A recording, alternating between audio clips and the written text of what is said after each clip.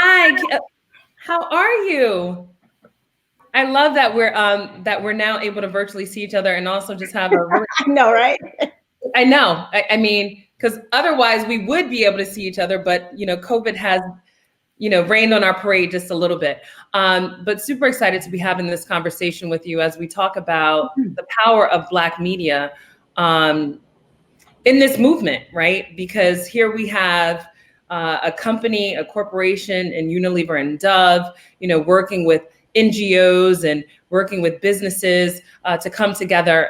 But what is the role of Black media in this, and why was it important for OWN and BET to support the Crown Act? Let's start with you, Sheereen. So I think the first piece to that, Ty, is that media is so crucial because it sets the agenda and the narrative of much of what we talk about. And the way that you can sort of normalize and humanize our experiences would be to show more of us and show our specificity, show our nuance, and that we are not a monolith. And with that comes the many aesthetics that we represent, all reflective of our culture, all reflective of our natural textures, our natural complexions, and celebrating that and showing that diversity of casting as well as stories. So I think that's the first piece. And I think in the last 10 years, we've seen a migration to more diversified expressions of what the Black female or Black male experience is in story and content. BET has been doing it, as we know, for quite a while, but mainstream media is starting to do it too. And OWN, where we are really all about reflecting authentic stories that show Black women themselves in their true nature, with authenticity, with accuracy. We show a myriad of hues, textures, styles, and we celebrate that. And so the more and more I think that moves to mainstream media, these hairstyles, these aesthetics will not be foreign, but rather really embraced as part of our mainstream collective. So that's the first thing I would say. And for OWN, unequivocally, when AC and Joy made the call, we said we have to support this because it's paramount for our audience. We're all about our consumers. And we recognize that they need to feel safe, they need to feel celebrated, and they need to feel comfortable in their offices, their children in their schools. And so it was truly a no-brainer. We had a meaningful dialogue, and we're continuing to celebrate it on the network and on our social platforms. Thank you so much, Sheereen. It made me just think about the first time that I remember seeing Janet Jackson on Good Times and Kim Fields on as Hootie on Fact of Life. And remembering, she had her hair in the mushroom on that, and then Janet Jackson had the two low plaits there, and what that meant. And then the puffs. Yeah, the puffs, exactly. And what that meant to me to actually see myself. I don't know if I've ever thought about it in that context before, but just the power of media personally as it relates to my hair in particular. Kim, same question for you. Tell us about why you decided to join the Crown Act, why BET decided to join the Crown Act, and the role that media plays in ending hair discrimination. So first, just to build off Sheereen's thoughts on the media, I fundamentally believe that we're not born with hatred or racism in our hearts, right? That is unfortunately something that's taught over time. And, the biggest thing that I think from a media standpoint is that unfortunately is probably one of the biggest perpetuators of hatred and racism, right? By basically the stories that we choose to tell, the images that we choose to show, and basically are reinforced by the images that we don't show, right? And so, you think about, Seinfeld or Friends. I mean, you're in New York. How many times have we seen a Black person on Seinfeld? Like, really? Like, you're in the most diversity in America, and there are no Black images. And so I think, the media has a huge opportunity and a huge lift to do, quite honestly, in terms of bridging the gap, right? And I think for us, obviously, BET specifically was born out of that basic notion. I mean, Bob Johnson said, 40 years ago, that there was not a space that allowed us to just be, right? To be free and really kind of express all of that, who we were and the fullness of who we are. And so, for me, the media is so important. And I think, thankfully for networks like BET and OWN who are unapologetically serving this community is so important. I think for others, I think there's a real question that we have to ask, right? You want to show our rhythm, but you don't want to participate in the blues, right? And so, what are you doing to put more positive images, on the screen? Again, what does your writing room look like? What does your behind the scene crew look like? And so, for us, we are even stepping up. And even though that's our primary reason why we exist, but we're even stepping up, so we've just recently launched a platform called Content for Change. And, thankfully Viacom CBS has stood up as well. And so it's going to really hit all of our network sister networks in our portfolio. But the intent is to be even more intentional about working with content creators and makers to really bring us these amazing, unique stories that do just that, right? Like frame out the narrative, show more diverse stories, images, et cetera. And so it's just one thing that I think we're going to lean into. We want every person in the media space to sign the pledge to really sign up to support this. And so while BET has already earmarked 25 million to support young content makers, that should be $1 billion, quite honestly. I think if all of the other media networks, really kind of, sign the pledge to support this, because it really is, I think, one of the, the imagery that's coming into your home on your screen every day, it really can start to kind of reframe the narrative. It's so exciting just to think about, and Sheereen, by all means, it's just so exciting to think about the fact that we are intentional at this intersection right now in time about creating content with a purpose, right?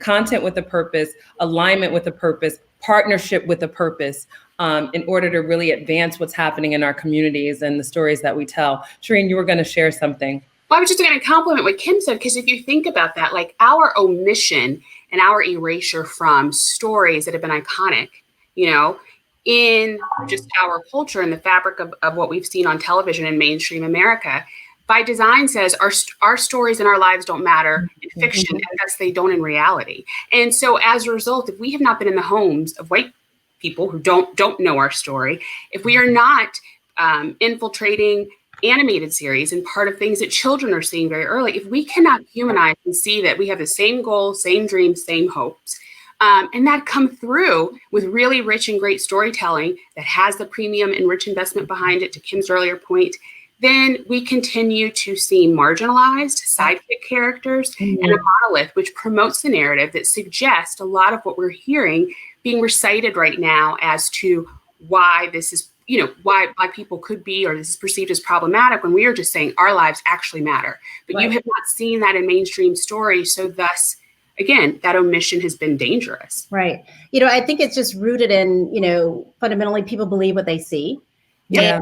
And, being from Atlanta, and I was just, it's funny, every time I would travel, people would say, "Oh, are you from the Atlanta household?" And I was like, "No, I am not." That is, definitely a group of people from Atlanta, but all Black women don't show up, and are not, housewives of Atlanta. So, again, that is a piece, and that's definitely a part of our story, but that is not our total story, right? And so I think that is such a big piece to all of this. And Ty, I think I just remember seeing the story on Faith. The young lady who was, said that she could not attend school because of, her braids. And I called you, I called Kelly, I called what can we do? Yeah, because at the time I was with Shea Moisture, and I was just like, this is not right. And it just sat on my heart, just so heavy. And, we ended up having a conversation with her and her family, and just really just felt like we wanted to do something. So I am just so excited that, AC, in partnership with the Joy Collective, really championed this and just took it. And it's just amazing work that was just done in such a record, kind of breaking time. But, it was just something that, you see these things, and I think very similar to George Floyd, and they just don't leave you. And you have to say, I have to act, I have to do something. And so I think for all of us, we have an amazing group of friends, and I'm like, this is touching my heart, seeing my loved ones on the screen with me. But I think, for us, having a seat at the table is not enough if you don't have the power to really influence and really bring others in. And so, again, I'm just so proud of today, because I just really remember literally that first conversation. And to that point, Kim, I'm just looking at the screen and recalling some of the images of later, just even how we are an example of that that radical kind of like showing up and performing and doing something in our differences, because we're not a monolith. You know, I'm looking at Sheereen's hair, I'm looking at my hair, I'm thinking about Seymour's hair, I'm looking at your hair, and just even how by showing up, we're changing the narrative and being a part of a new type of storytelling, but in that also being active to perpetuate how the story is told forward through these types of partnerships with the Crown Act and the Crown Coalition. I think we have like 2 more minutes, but I would love to hear from both of you about how you have been involved with the Crown Act over the last year. So we started off last year in July, right after AC, who is our, esteemed, C-suite leader that we all celebrate. But when the legislation was passed in LA or California, the team came to Louisiana, and it was during Essence Festival, and we hosted a celebration and truly just did a proclamation and a declaration that Owen was going to get behind this, but more importantly, that this act had just been passed. And we had all of our talent, from Queen Sugar to Greenleaf to some of our scripted series. And again, seeing that diverse fabric of beautiful Black talent, and really suggesting that in our own stories, in our own narratives, we were going to support that you would continue to see a diversity of hair, and you would continue to like that. We followed that up, and we had a town hall like series that took place in Atlanta. We had over 100 Black women in an audience. AC was a part of that, and it was sponsored by, Dove. And the whole conversation was about aesthetics and our confidence and our comfort in offices and in community, and how do we eradicate hair discrimination and beauty challenges based on it just sort of not being the universal norm. And then we've continued to show up in those programs that I've talked about, Queen Sugar, Greenleaf, and Kim talked about, sort of reality nonfiction TV, and some of our shows where, again, we reflect Black life, but without the need for a skew of extra drama just to get ratings, but rather just to really be honest. And so in Black Love, in addition to Love and Marriage Huntsville, Crown Act and Unilever have been there and in environments where Black women are celebrated. So thank you, Sheereen. Of course. Mm-hmm. And so for me, I think my experience back with the Crown Act dates back to my time at Shea Moisture.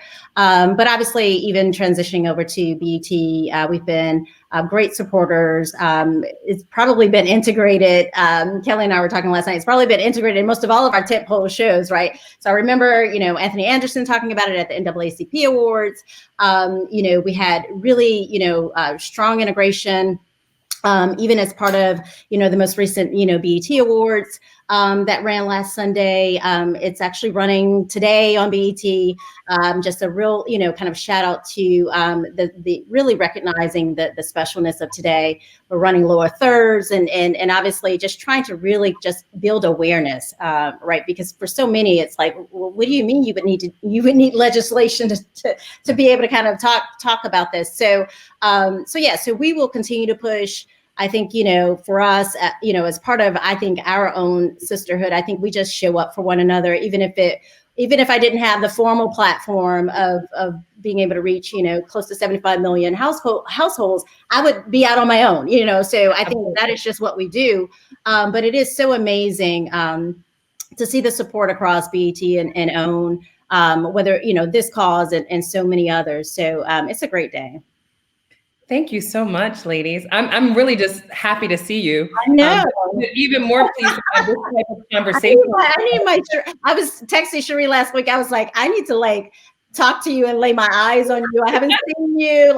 We've been obviously communicating, but I'm just, yeah. You all are hard at work because the mission right now is so incredibly urgent and crucial. Yeah. I mean, I don't want to take anything away, but in the media this time, it's almost like we have been kind of essential workers. I mean, honestly, the stories that, everything is happening so quickly, and it's like going from, the pandemic to the revolution. I've been calling it a panolution because it just hasn't stopped, right? And so we went from COVID to this, and just standing up these stories and the importance of convening and talking about some very hard, subject matters. It's just, it's been nonstop. So I think we are both tired, or I know I'm tired. Yes. But listen, I love what you said, that we are all essential workers. Obviously, we honor our essential workers who are on the front lines, but we all have a role to play in this. And that's what is so palatable about the Crown Act and National Crown Day, is that we're celebrating our individuality, but we're also celebrating us as a collective. And even more with that, I want to thank you both. I'm happy to see you. I will connect with you all later, but it's good to see you